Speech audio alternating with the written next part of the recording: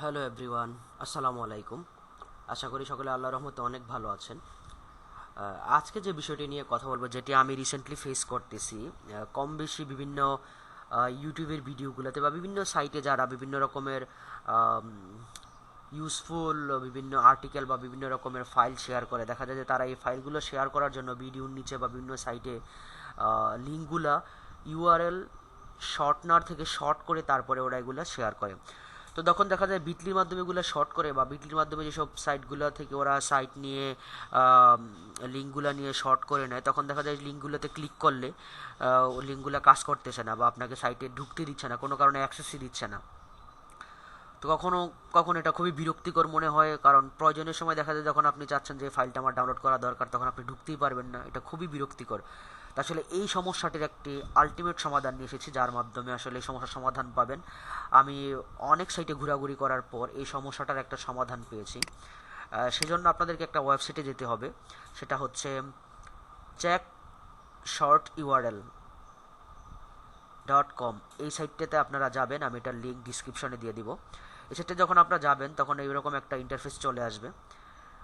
এখন দেখেন, আমি যদি কিছু এক্সাম্পল এখানে দেখাই, এই দেখেন যে এই ভিডিওটার নিচে একটা ফাইল দেওয়া আছে বিটলিতে শর্ট করা। যেমন এটাতে আমি যদি ক্লিক করি,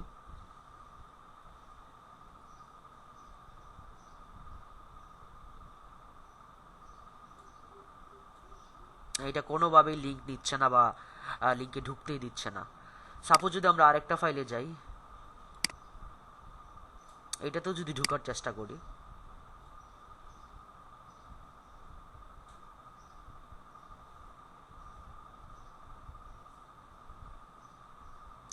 সেম প্রবলেম, একই রকমের প্রবলেম। দেখেন এইখানেও একই রকমের প্রবলেম, এইখানেও ঠিক একই রকমের প্রবলেম।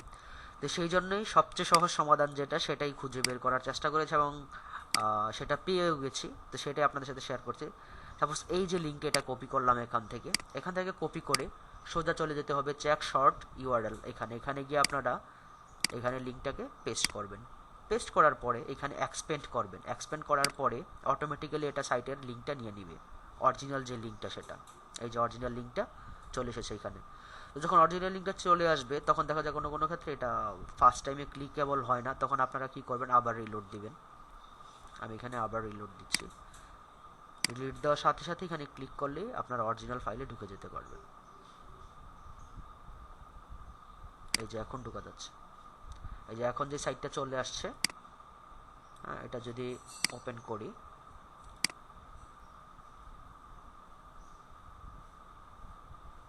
এই তো এখন দেখতেই পাচ্ছেন পুরো ফাইলটা চলে আসছে। এখন ডাউনলোড করার মতো অবস্থা তৈরি হয়ে গেছে। তো আশা করি এটা দেখে আপনারা একটু হলে উপকৃত হবেন। তো যদি উপকৃত হয়ে থাকেন, please subscribe my channel. Allah Hafiz.